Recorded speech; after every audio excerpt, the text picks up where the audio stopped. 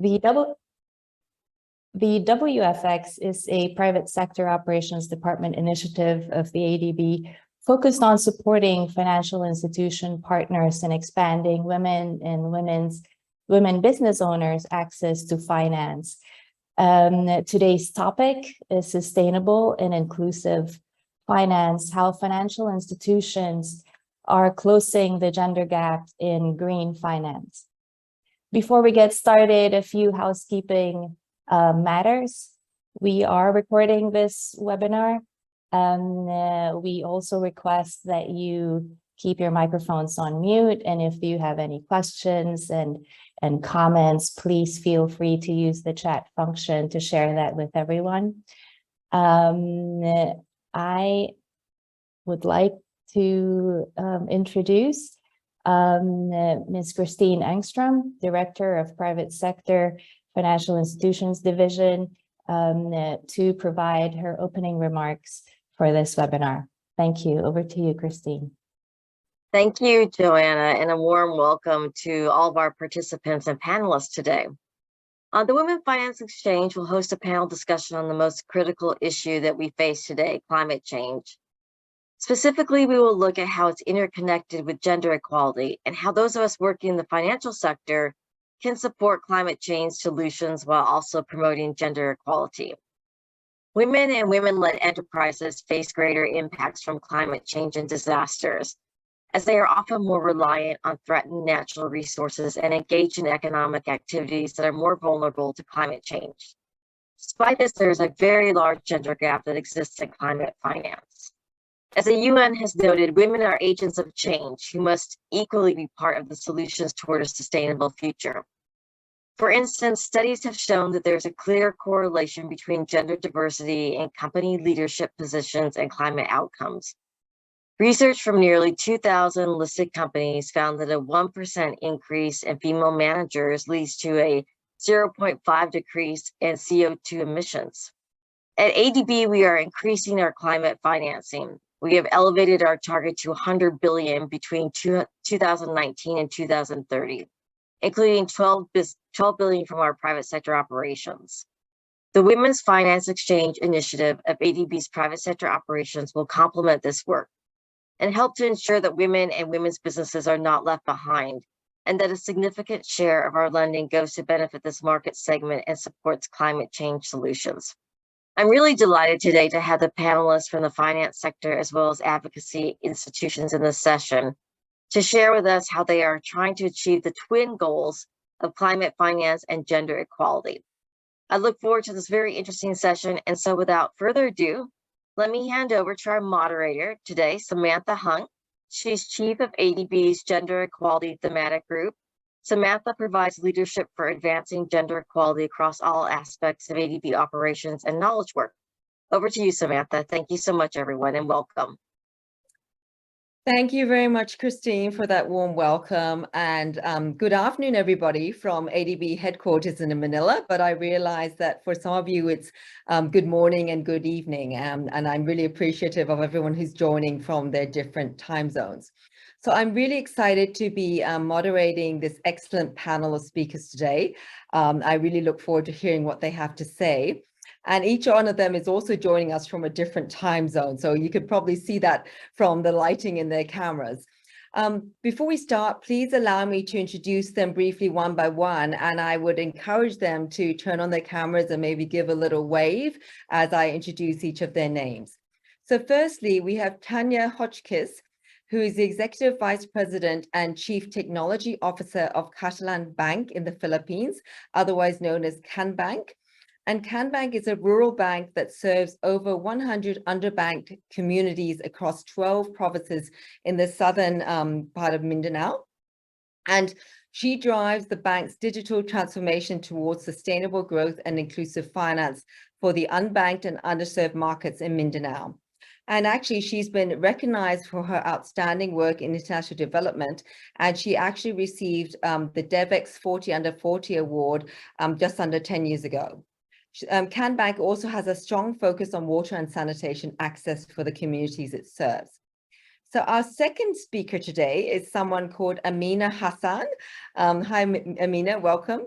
and she's the business group head of Kushali Microfinance Bank in Pakistan. Amina has over 20 years of service sector experience focused on managing grassroots initiatives for socio-economically vulnerable groups.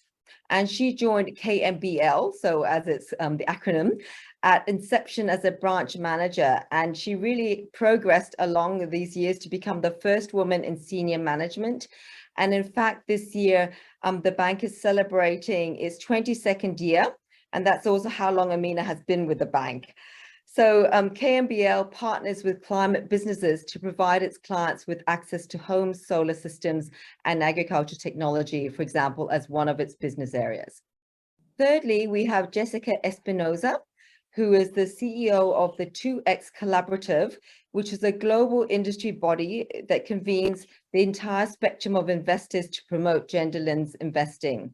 She is also chair of the 2X Challenge, which has raised more than $11 billion of gender lens investments since it was launched at the G7 summit in 2018. So Jessica has a track record in originating, structuring, and executing debt, mezzanine, and equity deals in emerging and frontier markets with a strong focus on inclusive innovation.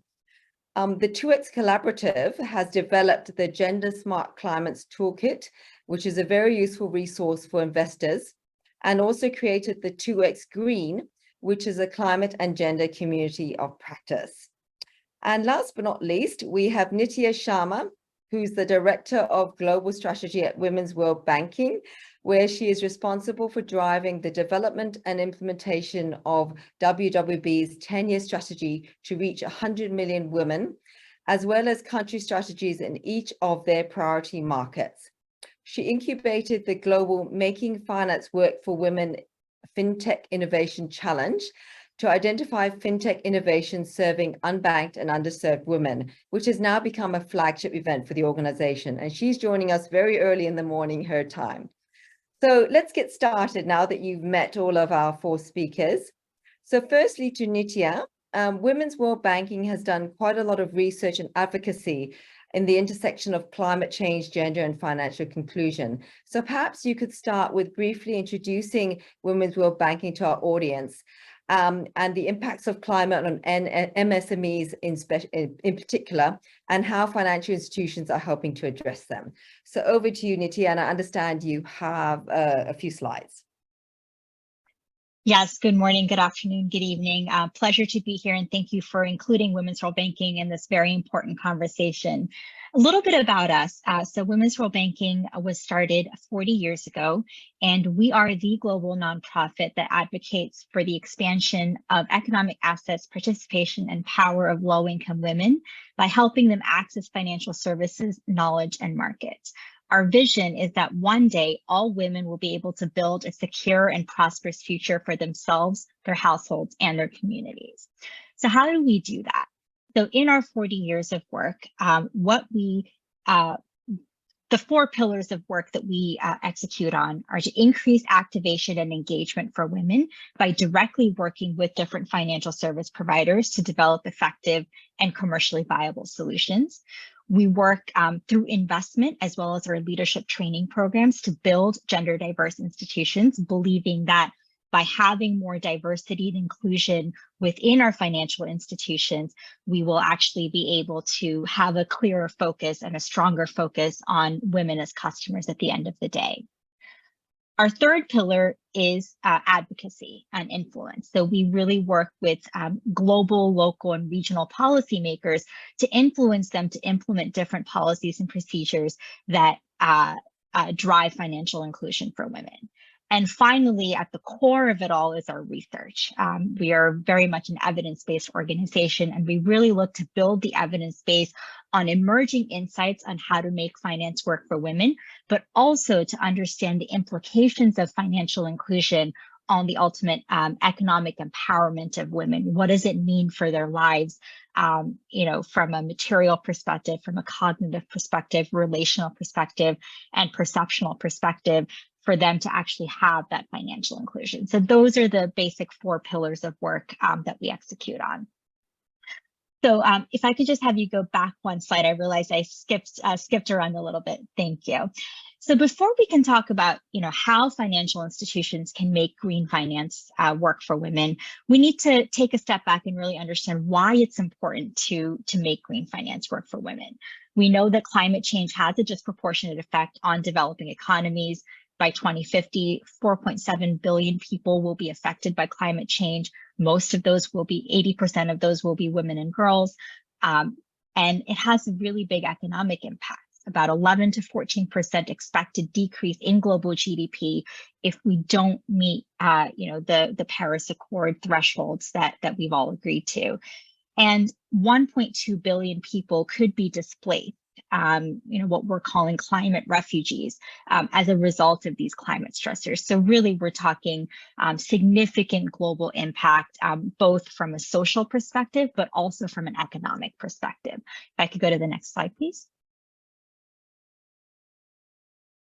And picking up a little bit of what Christine was talking about in her opening remarks, we know that low-income women and women-led MSMEs in particular are economically vulnerable to the effects of climate change. Why?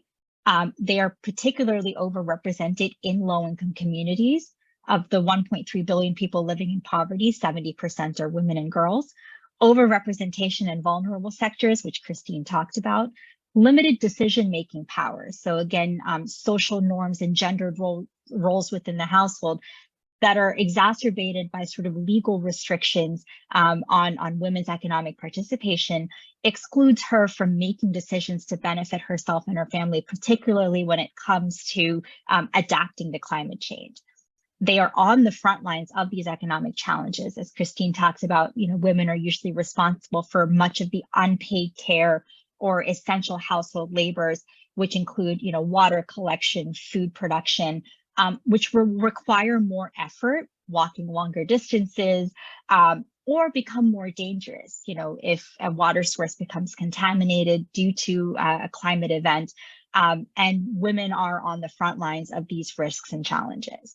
And finally, again, they have increased vulnerability when they are displaced due to climate change. So the majority, as we talked about, of those who will be displaced from climate change are women and girls, and they face, unique challenges, including, the loss of their social networks and more prone to gender-based violence, which affects their, again, access to critical resources at times of crisis. Next slide, please. But we know that, micro, small, and medium enterprises are the engines of economic growth, contributing to 90% of businesses, 50% of employment, and 40% of GDP in the emerging economies.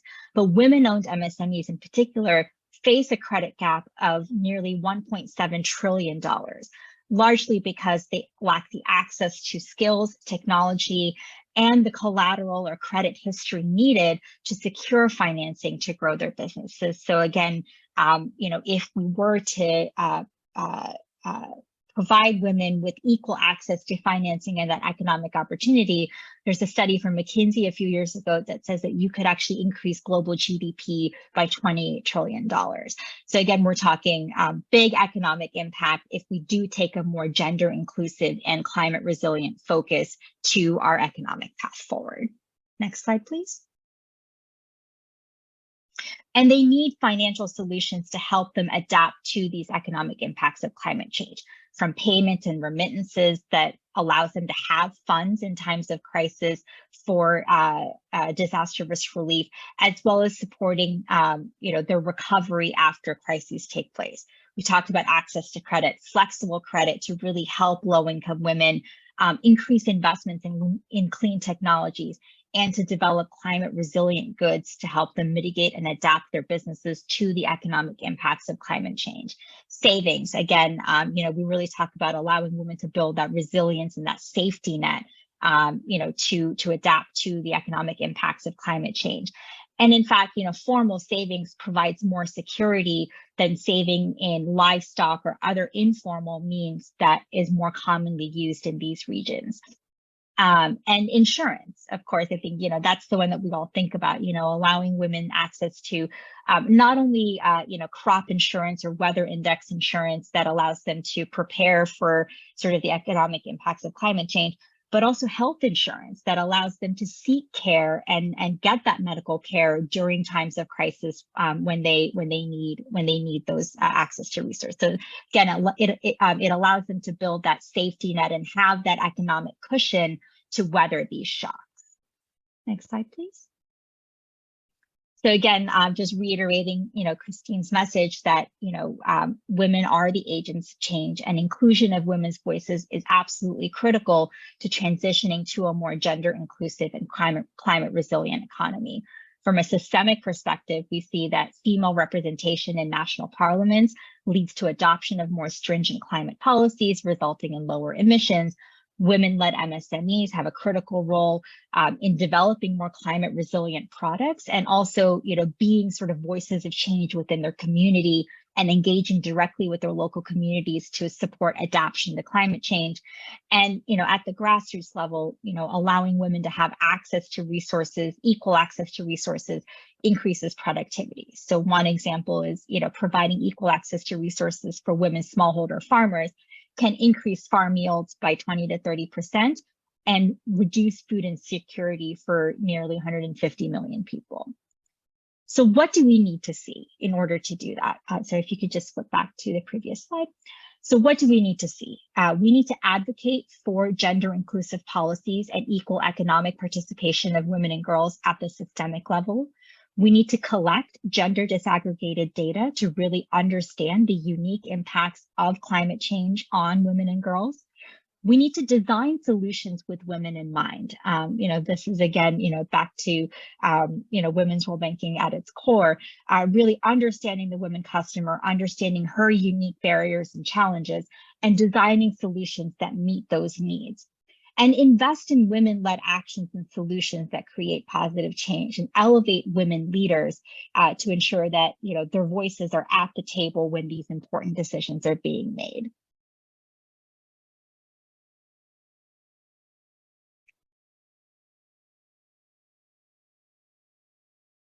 So I think I covered these slides. So I'll turn it back over to you, Samantha.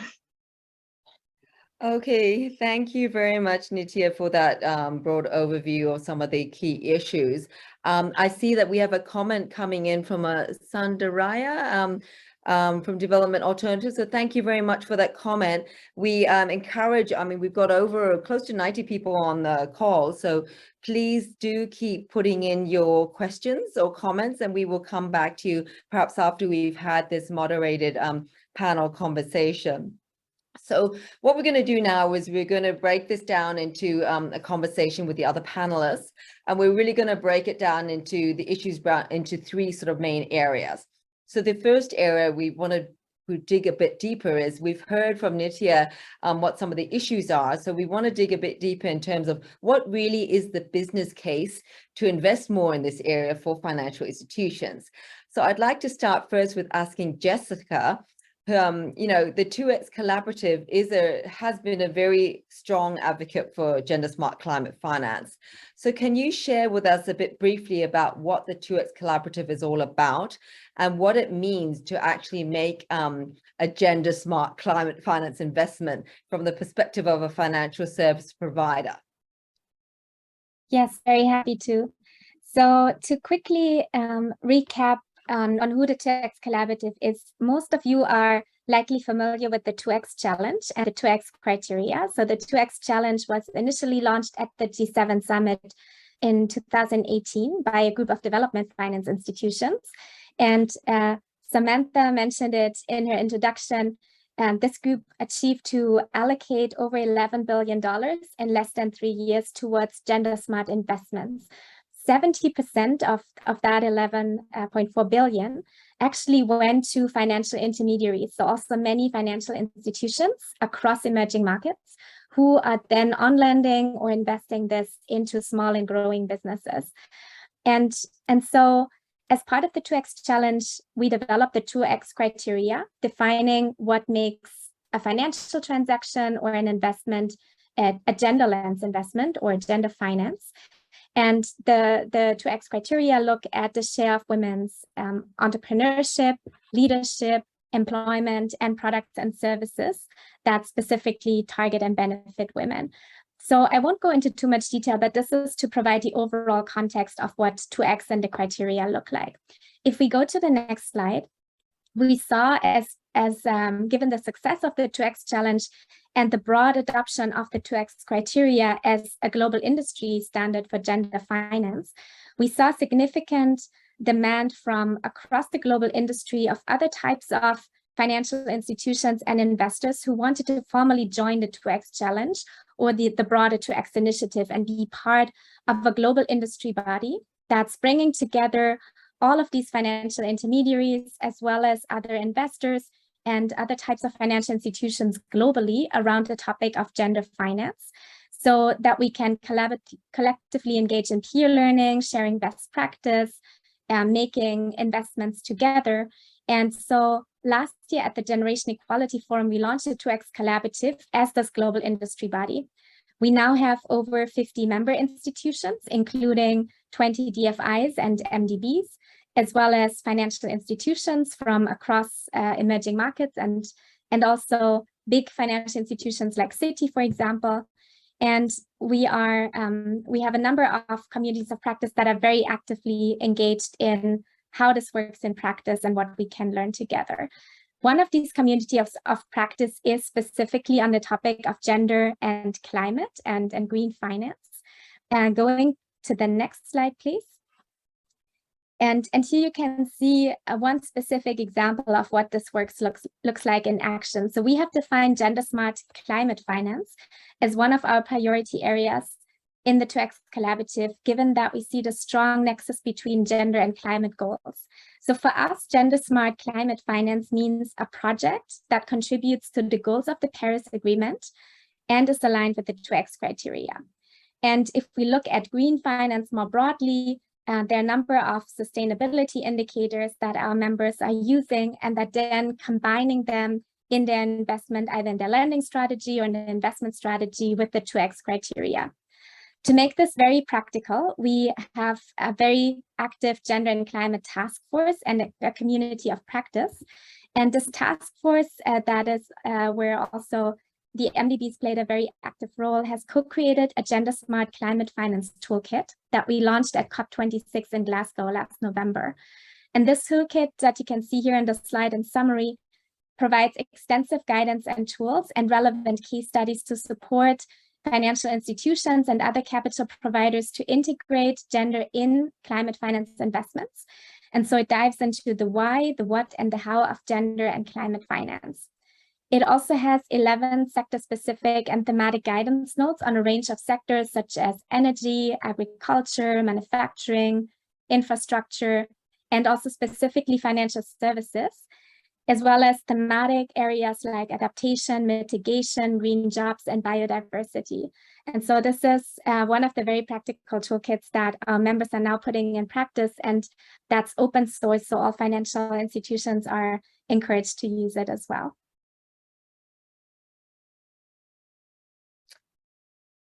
Thank you very much, Jessica. That was really interesting, and it really shows how, you know, the power of collective and how quickly you've grown in terms of becoming a global industry standard, and some of the very useful tools that you have out there for financial institutions to refer to. And ADB is also a member of 2X, so we're pleased to be part of that global collective. So I'd like to turn now to national sort of context. Over to you, Amina. So Khushali Bank is committed to sustainable and inclusive growth. What can you share with us about your approach to enabling individual and business customers, especially women, to transition to a green economy? I mean, we know that that's the right thing to do, but what is the business case for Khushali? Thank you, Samantha. I've been with Khushali Bank since 2001, and our goal as a financial institution is not only to deliver sustainable growth, but also to promote gender equality, both internally and externally. We promote environmentally friendly practices that Khushali Bank and our clients identify and manage environmental risks. The Khushali Bank is like 22-year-old institution. Currently, we have over 1 million client base, out of which 30% are women. And most of these women are, involved in the agriculture of the Pakistan, and about 25% women are in the agriculture sector, and the rest, like 7 to 8%, are in the enterprise. Because Pakistan is a country where, women are not that, they don't have that kind of freedom to work independently. But, in the urban centers, our women are, coming up gradually and gaining, strength with reference to opening their own businesses. But the type of businesses that are engaged are also very restricted, mostly dealing with women and stuff like that. So still a long way to go for Pakistan, but we are trying our level best to make it easy for women to come forward if they have any talents, if they want to open businesses, they want to start their own own work and businesses, they can come to Khushaali Bank for loans. So we've developed very good financing support for women in in Khushaali Bank. So because women empowerment is an essential part of all our products, and we not only offer special discount rates to them, and also we have specialized insurance coverages to women where we lend extra support, especially if they are facing some problems in in their businesses. So we are also helping them finding some technical support, or some financial support wherever they require. So with reference to facilitation in our branches, we have placed specialized women champions in all our branches, where they are trained to help women when they come to the bank. These women champions are there to handhold them, guide them through the loaning process, help them in whatever way they can. So we've developed a very women-friendly culture in our branches. We have continuous trainings for our frontline staff, where they are taught how to handle women, support them. And this is really encouraging the women to come forward and ask for loans. With reference to the green initiatives, we are already offering green products such as solar financing, aimed at providing affordable and clean energy specifically for businesses and agriculture purposes. We've lent to solar solutions for tube wells and other needs that a farm might have. Women are mostly working in these farms. They are also managing livestock. So most of our clients are engaged in the agriculture activities in Pakistan.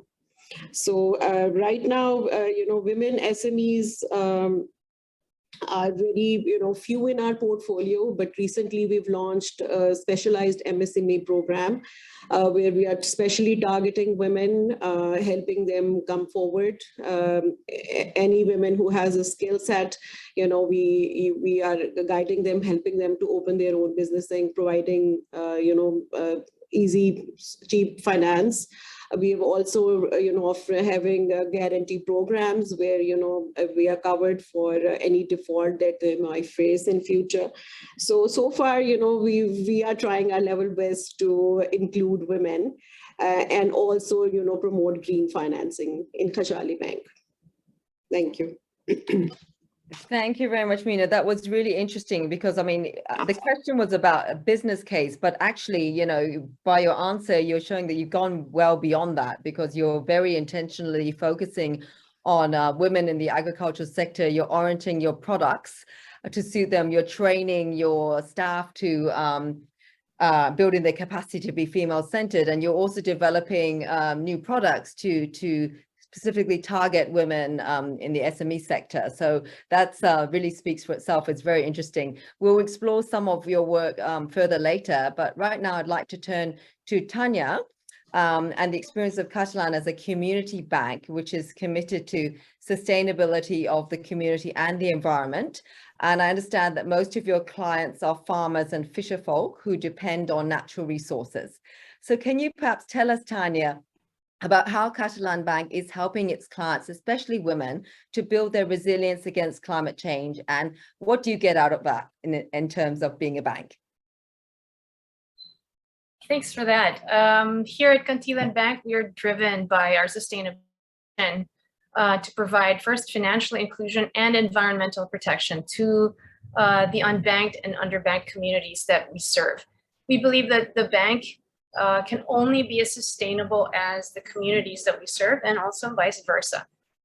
Together with our partners like the ADB, the BSP, and Apex, we set out to do this by embarking on a digital transformation journey spanning a few years now, primarily driven by cloud technology and innovations in digital finance. Here in Catalan Bank, maybe to give you a little bit more context when it comes to one of our topics, the gender gap. On the next slide, you'll see that we do have a gender gap, but seemingly in favor of women. So this is, to us, again, an interesting advantage. It appears that it's not a barrier here in the communities that we serve. We're able to help all our clients, our MSME clients, our farmers, fisherfolk, and also households in building their resilience against climate change by ensuring that the bank itself remains resilient against natural disasters and related risks. So on top of being able to provide the products and services that they'll need, so apart from savings, loans, we also provide microinsurance and of course remittance products. So all of this as a package helps them build their resilience against the same risks that we face as an institution. In the next slide, you'll see that, again, in the aftermath of a recent super typhoon that hit the Philippines, it was really important for us to be able to have our systems available. Our network should have redundancies, not just double or triple, but this is what it takes to be serving in underbanked and unbanked areas that are in the remote areas of the Philippines. The third part of our business continuity and resilience was really highlighted in the recent super typhoon that we experienced in December. And it was very important for our communities to be able to access cash through our ATMs. Again, these are all supported by cloud-based technologies in our systems and our networks. In the next slide, you'll see that we faced multiple business continuity risks because of this typhoon, very similar to what we've seen in the past, but we've seen the frequency of these type of typhoons that are that are stronger rather, and the frequency is we're seeing it in now 5-year increments instead of 10 or 20-year increments. So across the disaster-stricken areas in December, there was no electricity, no connectivity, and in some areas, limited or no access to water for weeks, and in some areas for months.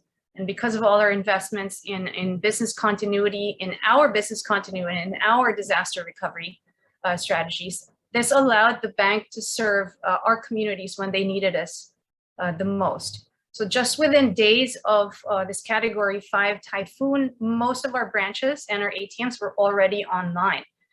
Just to provide better context, the other banks located in the provinces that we serve were only able to reestablish their operations after 1 or 2 months, since the typhoon. And again, being able to do this, you'll see in the next slide, means that our clients were able to mobilize their savings. They were able to mobilize the remittances that they had received, other subsidies perhaps from the government, and other resources so that they could buy the necessities like food, water, medicine, solar, lights, and shelter. And this was absolutely critical that we were able to provide that in the time frame that we did. It was critical for our communities and their survival after such a huge disaster.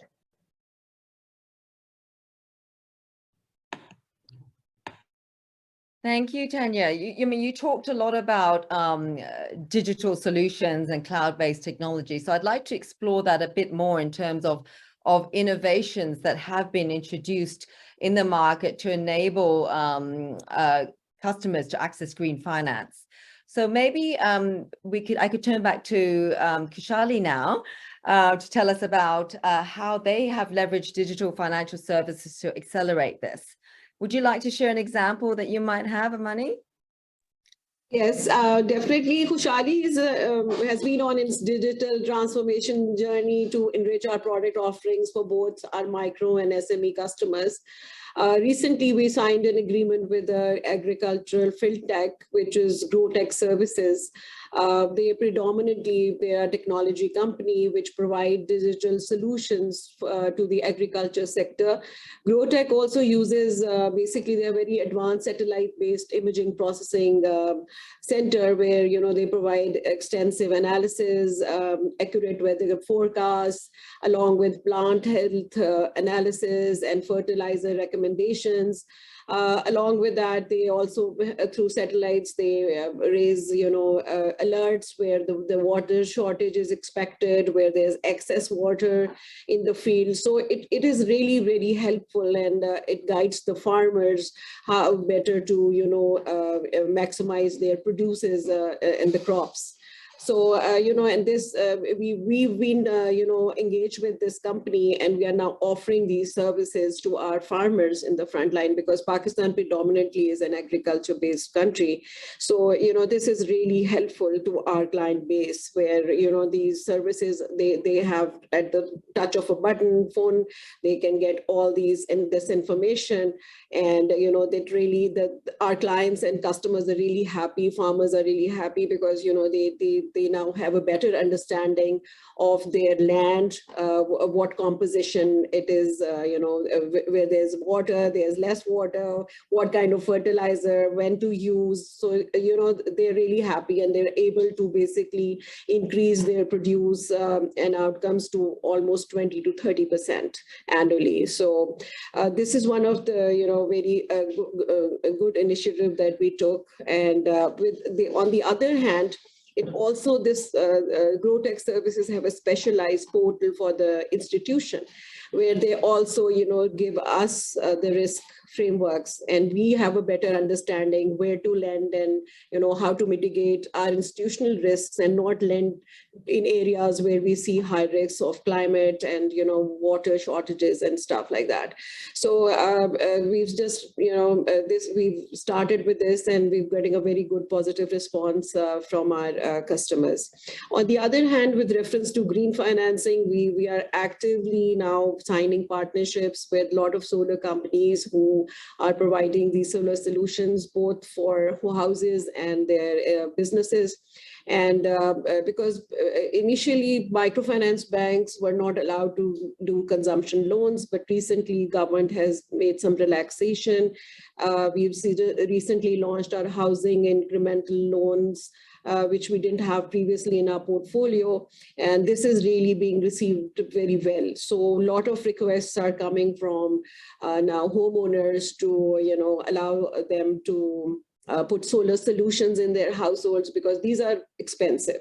Not everybody can afford them. So a lot of requests are coming for financing of these solutions. And we are literally, have a lot of requests, and we are happy that now Pan Pakistan, we are now doing collaborative work with a lot of solar providers in the country.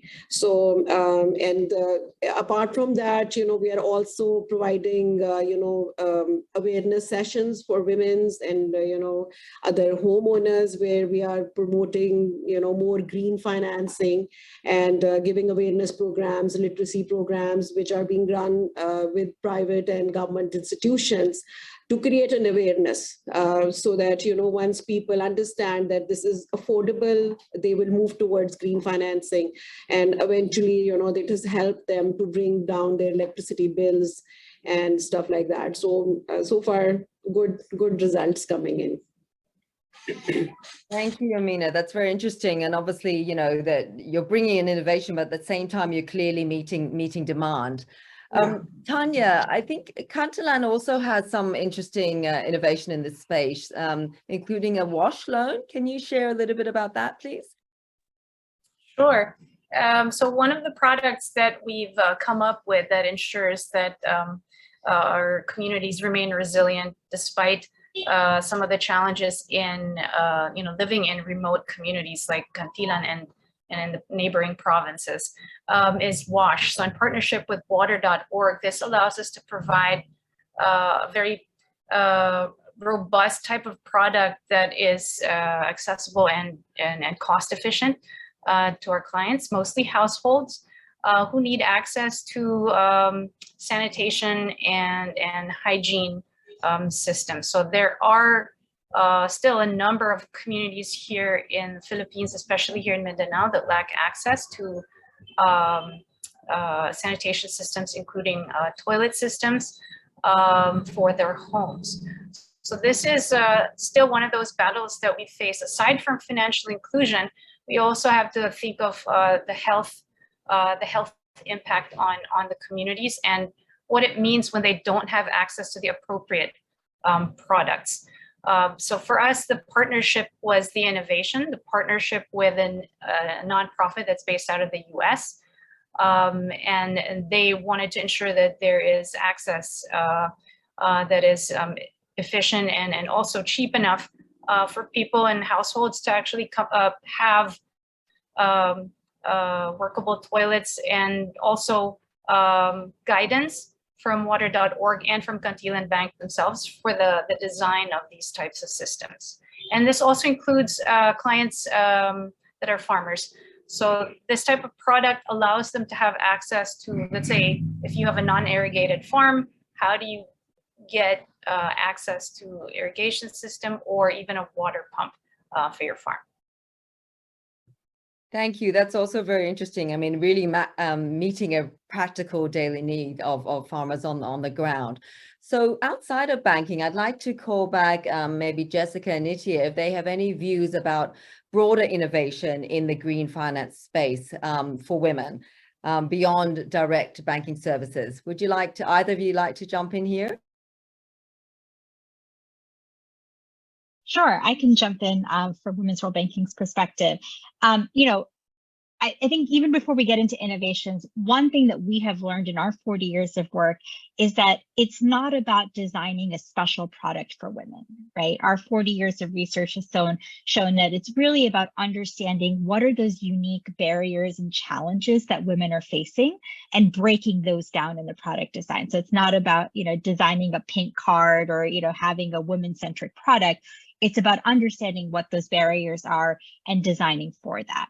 So one example of something that we have done is our signature insurance product, which is Caregiver. So this is a hospital cash product where, women business owners, it's tied to their loan. And so, when they pay back their loan, part of the loan payments go to paying the premium for this insurance product. And what it gives you is a certain amount of cash for every night that you are in the hospital. And that allows women to have a little bit of protection to support, loss of income with their business when they have to shut down if they're in the hospital, transportation to go back and forth, medication, things like that. And it's really proven to be beneficial for women entrepreneurs, because one thing that women potentially can plan for is maternity, right? At that time when, they're thinking about having children, that's the time when they know they're going to be in the hospital, and this hospital cash product can allow them to mitigate, their business impact, allow them to, sustain that loss of income when they're in the hospital for things like maternity. And so, that's one innovation that we've thought about. Second one, which we recently came out with, is to really understand algorithmic bias. So we did some research to understand, what are those underlying biases when you are giving loans to women entrepreneurs, right?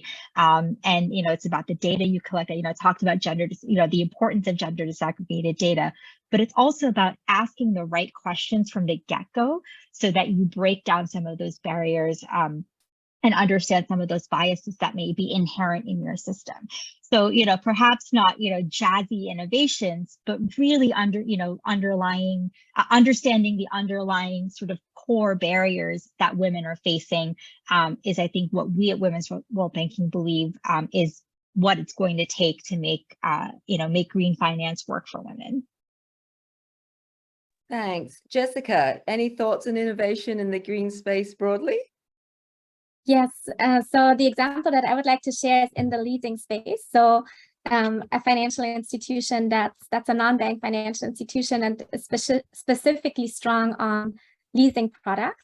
And this example is a leasing company, or in the meantime also offering other financial services, Mega in Mexico, and an investee of the 2X member DEG. So with Mega, what we did, and that was at the time when I was still an investment manager at DEG, we did very much to the point that we just heard market research on what are actually the barriers that are preventing women's access to some of the existing products. Because when you think about leasing, it's actually a really great product because you don't necessarily need a collateral. You have the leasing asset that serves as collateral. So even if you don't have any collateral, leasing is a really great solution for investment in assets that you need for the business. And so we did what we call the Gender Smart Opportunities Assessment of really doing focus group discussions, mapping the market and the opportunity, and understanding what it is that is currently preventing women's access to existing leasing products that are offered by Mega. And we identified a number of things. So one was kind of non-financial services, to really make sure they understand the implications of the product, how to best apply for it, etc. So there was something on the advisory side and on financial services side, but also we realized that some of the existing criteria, and for example, even the ticket sizes, represented a barrier. So again, reflecting on the conventional criteria and seeing how they can be designed in a more gender smart way was important. And we identified a number of leasing assets that were more relevant for the specific businesses that women in these communities were running. So we started new alliances with providers of these assets so that the leasing company could then finance these. And what was particularly interesting was to see the nexus of with green again. So for a specific leasing asset, what are the various different types of, for example, if it's an oven, what are the different types of technologies? Is there one that's greener and more climate friendly? And how can we create a strategic alliance with a provider of that? And the leasing company could then provide the leasing that's tailored to the needs of women entrepreneurs. We then took it to the next level and structured a bond in the local capital markets that's green, gender, and MSME. And what's interesting is this, this is not a big bank, but really a niche player focused on SMEs and non-bank financial institutions. And they had this very successful bond issuance. And then finally, we also looked at new innovative models like impact-linked finance, and how can we build into alongside the financial transaction, also incentives that reward impact creation with a gender and green focus. Thank you very much, Jessica. So we're getting a lot of questions coming in from the audience, and as always, time is limited, but I will try to facilitate some of them now. So first of all, Jessica, you're getting lots of kudos for your toolkit, which people say is very useful. We will also be sharing the materials from this webinar. And thank you, Tanya, for already answering one of the questions online. So maybe what I'll try to do is, Amina, you have a few specific questions for you, so I will try to combine some of them and maybe you can answer them in one go. The first one is around understanding a bit more about your financing models for women. How are you specifically addressing issues of access, pricing, and affordability that are usually constraints for women? And then a second question is, we've all seen the devastating news about the floods and whether your bank is actually thinking or gearing up to support women that are affected by that. So perhaps you could take those two questions. Thank you. Yeah, definitely. With reference to the first question, obviously our common Khushali Bank's model is such that we go to the customers ourselves. So we have a lot of on-ground presence, and we have like almost door-to-door, visits of the customers, and the women feel comfortable opening up to our field staff. So one-to-one, relationship building is the key to Khushali's success, actually. So women are then, we talk to them, understand their constraints, their problems, and then we have designed our products specialized for women in such a way that we are offering them discounted interest rates. We are providing free insurance coverage for their businesses, as well as free health insurances for them and their families. So, these are the, value added services that we are specially providing to women. So, they feel comfortable coming to us, and especially with the women champions placed in the branches, they feel comfortable coming and talking to a woman and, sharing their troubles and problems. So, and then we have, speedy way of helping them in, extending loans to them within 1 or 2 days. But most of our lending is cash flow based. So if she has a good business and she has a good business case, even if there is an absence of, formal financial data, our teams go out, they sit with them, they prepare the paperwork with them, and, we come to some sort of understanding about her cash flows, and then we, extend loans to her. So that is one way. For the higher level of SMEs, we are, our business model is such that we are all actively engaged with the women commerce, business commerce centers, where they are registered businesses. So we periodically visit these chambers of commerce, where we are holding talks and sessions where all these women they come and join the sort of a conference and attend that they have a lot of questions. So we have an awareness sessions for them, and then we give them information about products and services, and tell them where they can find us. And we have a very good advertisement and social media presence as well. So we are advertising all these products very actively on our Facebook pages, and so the educated women can access, can get information through there. The others are, like I mentioned, we have a whole field staff who is actively involved with the women. On the flood end, obviously we faced disastrous floods this year. Obviously the main people who are affected are women and children, because they're displaced, they're homeless, and their main challenges is water and sanitation, and looking after families. Obviously, this is it's summertime. After the floods, we are facing a lot of diseases like dengue fevers and other things. So as a bank, obviously our branches, where we have branches almost everywhere in Pakistan.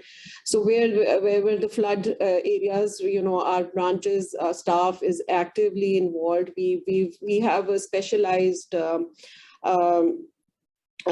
fund for our to help these women and families. We are providing their food, services, shelters, tents to these families.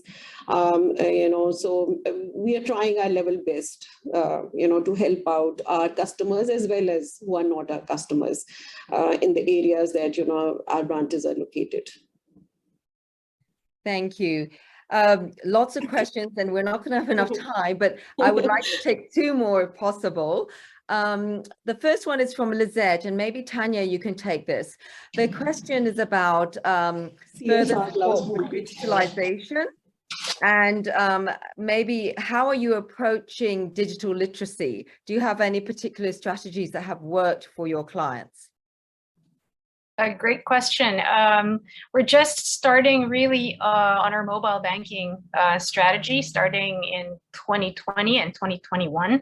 So it's fairly recent that our clients were able to access our services through mobile. And soon we will be able to provide them internet banking as well. But prior to the pandemic and prior to the recent typhoon that we had experienced, the financial inclusion numbers here in the Philippines, and especially in Mindanao, were quite dire. Less than 30% of Filipino adults had a functioning financial account, whether it's with a bank or a telco e-wallet, for example. But because of the pandemic, it's actually driven the use for these types of accounts. So now we stand at almost more than half of Filipino adults now have access to a financial transactional account. While that is the case, if you look back at what happened in let's say in a disaster area, such as what happened to us in December, there was no connectivity. So, the issue about being able to access services, this is really highlighted by poor infrastructure in some of the locations that we serve. And when it comes to digital literacy, even if they were able to access their transactional account during the pandemic, that may not have been the case during the time of a typhoon, for example, or floods or earthquakes. But again, addressing the literacy gap, again, despite the fact that more Filipinos now have accounts, there is a gap that we're seeing. So aside from, maybe they don't have the latest phones, we also have an issue with being able to provide them proper connectivity so that we can perhaps reach them through our mobile banking channel for digital literacy. So this is what we're actually trying, but it is still a challenge because not everyone has access to internet in their own homes, or rather access to cheap internet and fast internet at home. So this is still a struggle. We still have technical challenges and social challenges related to literacy, but we're trying to address these gaps as well through digital. But there is still a place for traditional financial literacy courses, such as those that we did before, prior to the pandemic. But because of the restrictions in face-to-face and travel, this was really not accessible to a lot of our clients. So we really have to find an innovative solution here where we're able to deliver it through the app itself, digital literacy and financial literacy modules. So this is something that we're looking really to partner and innovate with other institutions and listen to what else is being used elsewhere in the world. Thank you, Tanya. I mean, also for pointing out that you can have the best digital solutions, but without the basic infrastructure, they don't always mean very much. Unfortunately, we've run out of time for questions, but I'm very appreciative for people that are also volunteering some responses in the chat box, because I think it's quite interesting, the suggestion, for example, from Andrew about the role that women can play in creating demand and creating jobs, and how that all links up to financial products. It's been a really interesting session. I'm sure everyone agrees with me. We've covered a lot of ground. We've clearly talked about what the issues are, and in terms of women being at the frontiers of climate change, but also the most vulnerable and not necessarily having the most access. We talked about the business case. We talked about digital innovation and products, and we also dealt with some very interesting Q&A, but at the same time, we still know that there remain barriers and there's a lot more we can do. So with that, I'd like to hand back over to my colleague, Sabine Spohn, who's actually responsible for the WFX initiative, to lead and provide us with a few closing remarks. Over to you, Sabine. Yeah, thank you, Samantha, and thank you for moderating this very interesting session, and for the speakers for all the insightful comments and discussions. I think we all agree that we could continue for a little while longer, because I can see the question keep coming. And so green X equal, as we call it, is, I think, a topic that is close to all of our hearts that work in these areas. And we need to make sure that we don't leave anyone behind, and we all work together to find solutions that help to counteract the impact of climate change. So without further ado, I thank you all for participating in the sessions. We'll share the recording and the material later. We will also, because I think it is a very important topic, have more knowledge events coming up in this green and women space. So please look out for it, or maybe sign up to our newsletter, then you'd automatically be alerted. I thank the WFX team for organizing that successful seminar as well, and I wish you all a good day. So thanks very much. Bye-bye.